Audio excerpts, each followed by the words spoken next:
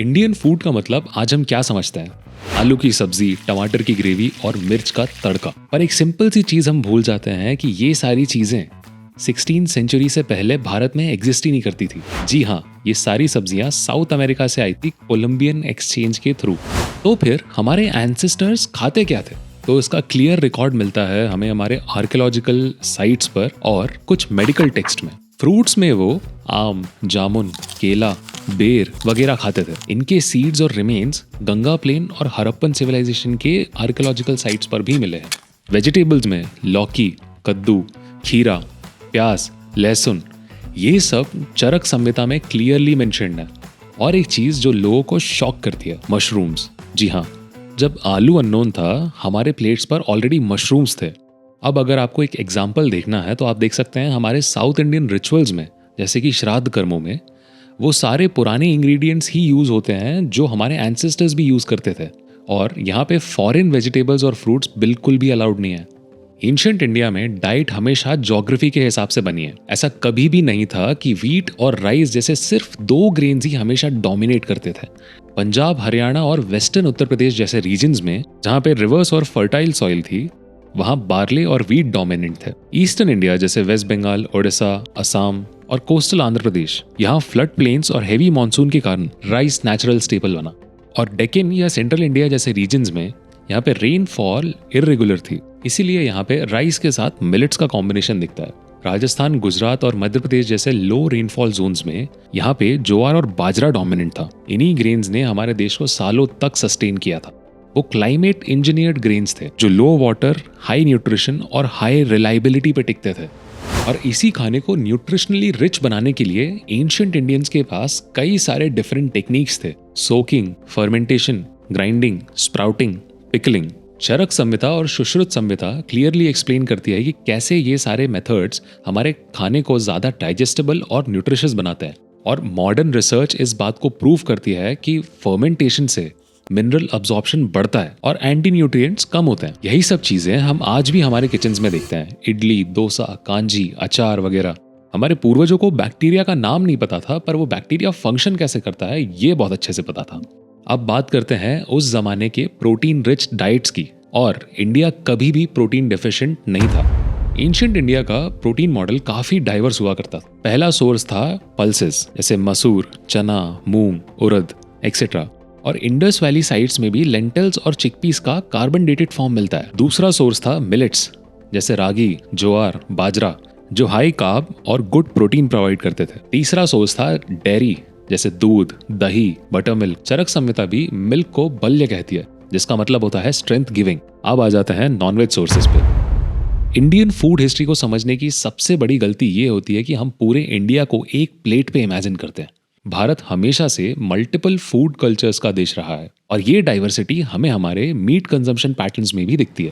Coastal region जैसे बंगाल, ओडिशा, कोंकण, केरला, तमिलनाडु, यहाँ पे फिश और सी फूड नेचुरल स्टेपल था क्योंकि रिवर्स और सी पास में थे। फॉरेस्ट और ट्राइबल रीजन्स जैसे सेंट्रल इंडिया और ईस्टर्न घाट्स, यहाँ पे हंटिंग बेस्ड मीट कंजम्पशन ज्यादा था, जिस वजह से डियर और गोट कॉमन था। स्पेसिफिकली नॉर्थ ईस्ट में पोर्क, बफेलो, फिश और इंडियन बाइसन जैसे एनिमल्स कंज्यूम होते थे। ग्रासलैंड रीजन्स जैसे डेक्कन प्लेट्यू, नॉर्थ वेस्ट, यहाँ पे गोट, चिकन ज्यादा मिलता था। ये सारी चीजें आइडियोलॉजी की वजह से नहीं आती थी, एनवायरमेंट और एक्सेसिबिलिटी के हिसाब से डिपेंड करती थी। जो मिलता था वही खाया जाता था। और एक बात समझनी जरूरी है कि पुराना जो मीट कंजम्पशन था वो आज के मीट हेवी डाइट्स जैसा बिल्कुल भी नहीं था। ये सीजनल था, ओकेजन बेस्ड था, क्योंकि स्टोरेज और प्रिजर्वेशन बहुत मुश्किल थी। और वैसे आज भी साउथ और ईस्ट के कुछ फेस्टिवल्स और टेम्पल्स में आप ये चीज देख सकते हैं कि वहां पे भगवान को मीट का भोग चढ़ता है। इसी चीज के बाद आपके दिमाग में आया होगा कि वेजिटेरियनिज्म इंडिया में कैसे आया। ये धीरे धीरे हमारे सोसाइटी में आता गया और इसके मल्टीपल रीजंस थे।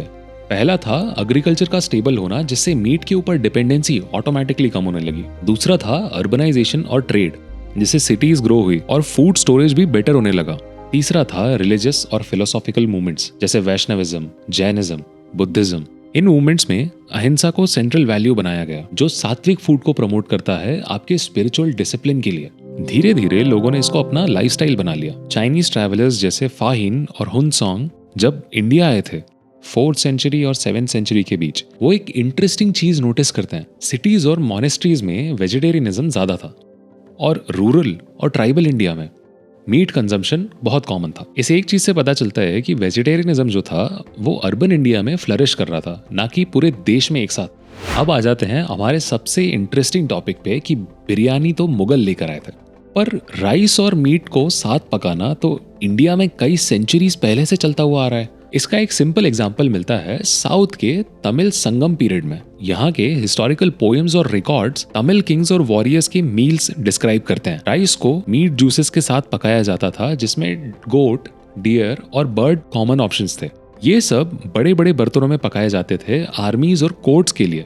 अब सवाल ये है कि बिरयानी आई कहाँ से? तो जब मुगल्स इंडिया आए, वो राइस और मीट को साथ पकाने का आइडिया साथ में लेकर नहीं आए, वो लेकर आए कुछ टेक्निक्स जैसे दम कुकिंग। उन्होंने एक ऑलरेडी एग्जिस्टिंग रेसिपी को रिफाइन और बेटर किया और उसे नाम दिया बिरयानी। आपकी फेवरेट बिरयानी कौन सी है, ये कमेंट सेक्शंस में जरूर बताना। तो क्या हम सारे इंडियन सिर्फ बिरयानी खा खा के अनहेल्दी हो गए? एंशिएंट इंडियंस की डाइट नेचुरली कभी भी अनहेल्दी नहीं थी। इसको कुछ पॉलिसीज के थ्रू बदला गया। ब्रिटिश रूल से पहले इंडिया के नेचुरल स्टेपल्स में आते थे मिलेट्स। इसका रीजन सिंपल था, मिलेट्स कम पानी में उगते थे, ड्रॉट रेजिस्ट कर सकते थे और लोकल्स को साल भर सस्टेन करते थे। 19th सेंचुरी के रेवेन्यू रिकॉर्ड्स दिखाते हैं कि ब्रिटिश एडमिनिस्ट्रेशन ने व्हीट और राइस को पुश किया, जो टैक्सेबल और एक्सपोर्टेबल था, जिसने फार्मर्स को सिस्टमैटिकली मिलेट्स छोड़कर व्हीट और राइस के ऊपर ज्यादा फोकस करने को मजबूर किया। अब सबसे बड़ा shocking proof, British famine commission reports. Millet based regions ने ड्रॉट को बेटर सरवाइव किया। डिस्पाइट नोइंग दिस, पॉलिसीज कभी चेंज नहीं हुई, क्योंकि प्रायोरिटीज हमेशा से एक्सपोर्ट था, न्यूट्रिशन नहीं।